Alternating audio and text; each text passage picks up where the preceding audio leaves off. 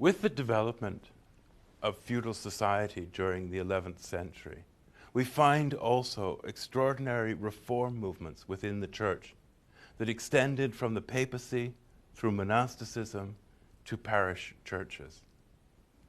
The great reforming pope of the 11th century, seen here in a 12th century illumination, was Gregory VII, who reigned from 1073 to 85.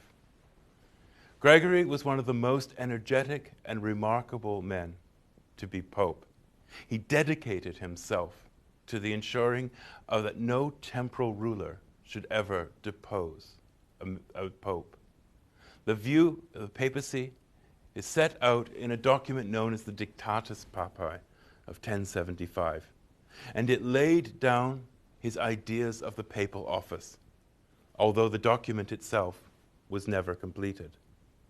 The Dictatus was nothing less than revolutionary. The Pope was to be judged by no one. No one should be condemned while making an appeal to Rome. And that all major causes arising within the church should be referred to Rome. Gregory asserted that the Pope alone was to be called universal, denying the authority of the Eastern Patriarch. He insisted on the right of popes to wear the imperial signia and for that princes must kiss their feet. Gregory added that the Pope would never err according to the testimony of Holy Scripture. The Pope was supreme over all bishops and councils. The claims were not without opposition. Gregory asserted that the Pope had the right to translate bishops and to call general councils and to reform canon law. But most radically, the Pope had the right to depose an emperor or absolve people from obedience to a wicked ruler. He believed that the duly crowned popes had the status of saints by the merits of St. Peter, a view that astonished many of his contemporaries.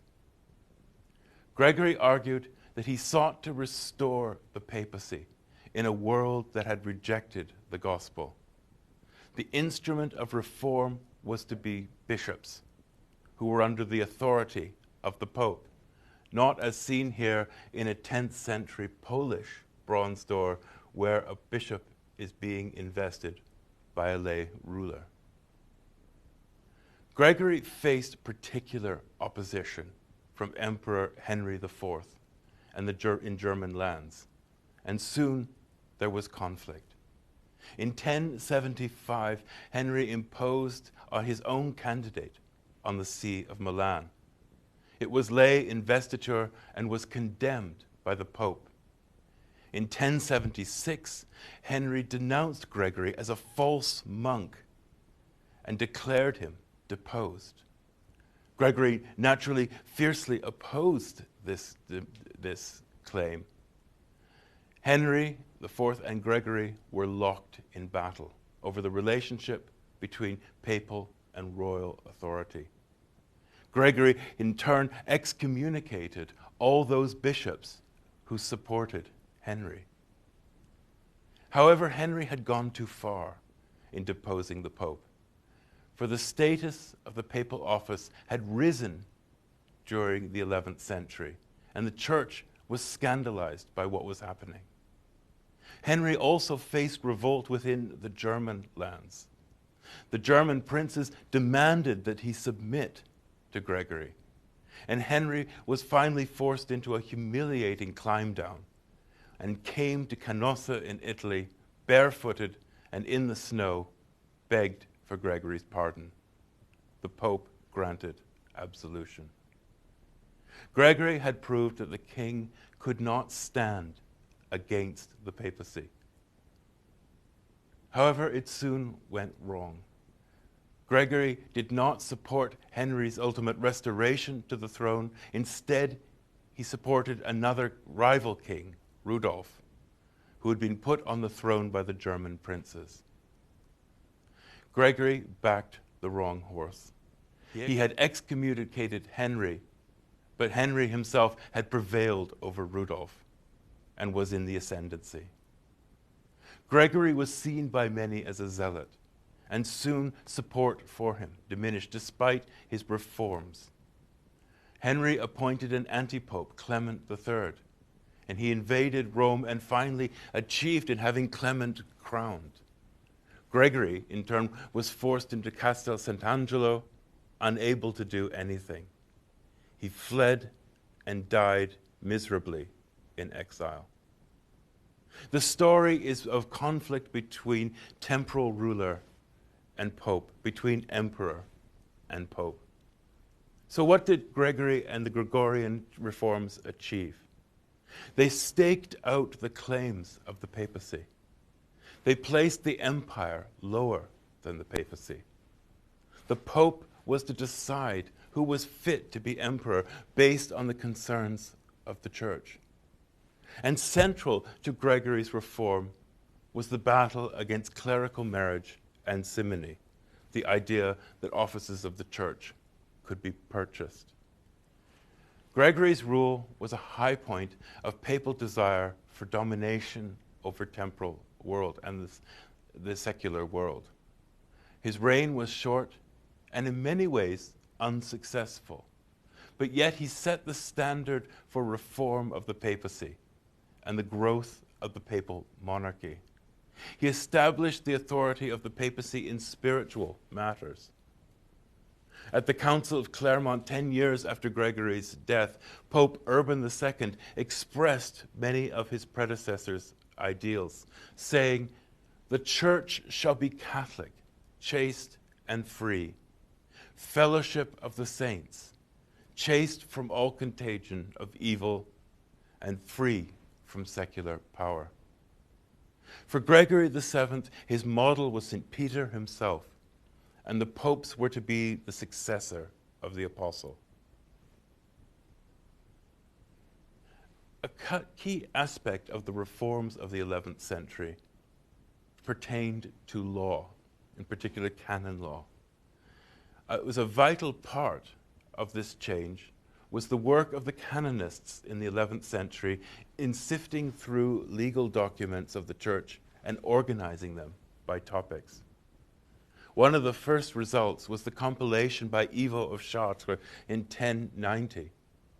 And by the mid-12th century, a scholar known as Gratian in Bologna produced a massive compilation which became known as the Decretum. It was quickly established as the standard text of canon law and organized around specific questions that would serve a churchman in issues that he would encounter in the service of the church. It was necessary legal advice that was being offered. It was a book to be used every day in the life of the church and not just by scholars. Alongside the revival of canon law and its development, we find also theological developments that we will return to later. As the papacy, however, was emerging from the powerful force of the 11th century, we also find the revival of monasticism, a rejuvenation that began in the 10th century with the Benedictines at Cluny. Monasticism up to that period had been in a period of decline, and many religious houses were dependent on the nobility. Churches and religious houses were closely integrated into the developing feudal system. A key figure in the early years of reform had been the Benedictine Odo, who lived from 878 to 942. At Cluny, they sought to reform the Benedictine order and discipline. And this reform prospered from 930, the mid-10th century, till into the 12th century. The Cluniac houses became one of the most dynamic expressions of monastic Christianity, centered in the Abbey Church at Cluny itself. The monasteries were independent and autonomous, yet bound together by the Benedictine rule and its strict observance. The abbots were independent, and it was a renewal of Benedictine spirituality. The Cluniac houses themselves had been supporters of the peace of God, as well as pilgrimages to the Holy Land. They had also been supported by Gregory VII. Another essential element of the revival of monasticism in this period was the emergence of the Cistercians, the religious order of Citeaux, a Benedictine reform established in Citeaux by St. Robert in 1098.